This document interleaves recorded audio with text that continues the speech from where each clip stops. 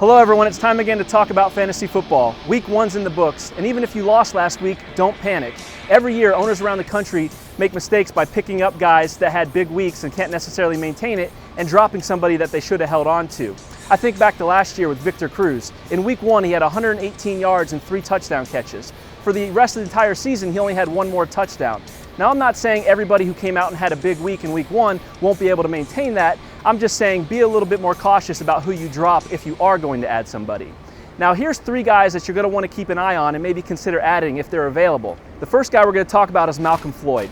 He had a neck injury last year, but he's back and he looks healthy. His quarterback is Philip Rivers, and Rivers threw for almost 4,500 yards last year and 32 touchdowns. With Floyd back in the starting lineup, it's safe to say that he'll capitalize on some of those touchdown passes. Now, he did that in week 1, so I think he'll be able to continue that production as the year goes on. The next guy on the list is Justin Forsett. Forsett entered the season number 3 on the Ravens depth chart. We all know what happened to Ray Rice, and the guy who was supposed to back up Ray Rice was Bernard Pierce. Pierce had 6 carries for 14 yards in week 1 before he fumbled and was benched for the remainder of the game. Forsett came in and had 70 yards on 11 carries with a touchdown. Now, Forsett's a smaller back, so it'll be interesting to see if he can maintain that workload throughout the season. But he has the trust of the coaching staff, and in fact, his offensive coordinator, Gary Kubiak, was the head coach in Houston where Forsett played 2 years ago. The next guy on the list is Ahmad Bradshaw, and as much as the Colts don't want to admit it, it looks like Trent Richardson might not work out. He was a first-round pick a few years ago by the Cleveland Browns, and the Browns traded him to the Colts last year for their first-round pick. But when you look at Richardson's career numbers of 3.3 yards per carry, it's not really that productive.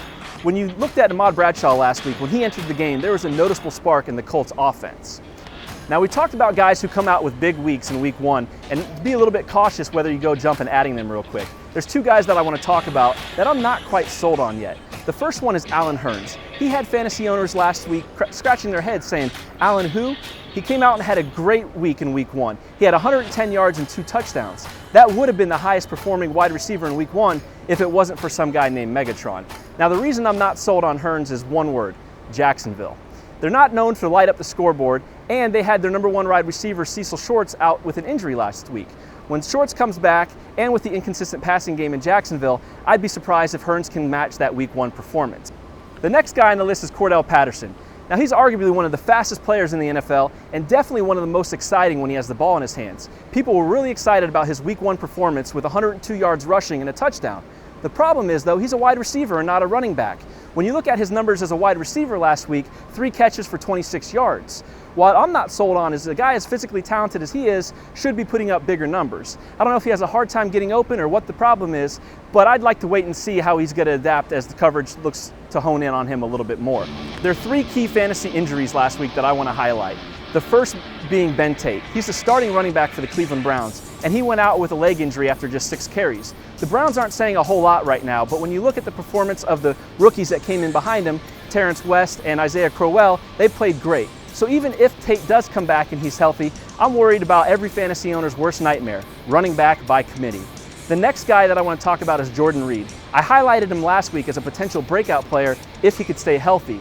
Well, 7 plays into the 2014 season, and it's obvious he can't stay healthy. He's got a hamstring injury that may keep him out for a couple of weeks. And the last guy is Doug Martin. This one hits a little close to home. He had 9 yards and 9 carries before injuring his leg. He missed most of last year with a shoulder injury. Now, Lovie Smith is saying the injury is minor, so we'll see if he can get back on track for week 2. Speaking of the Bucs, there was a lot of talk about the offense last week, and they just looked lost for 3 quarters. But that's bound to happen. And remember, rule number 1 in fantasy: don't panic. We had a new system, a new quarterback, and a great defensive opponent. Now, the Bucs redesigned their jerseys last offseason, and I don't think the grass stains on the back of McCown's were part of the design.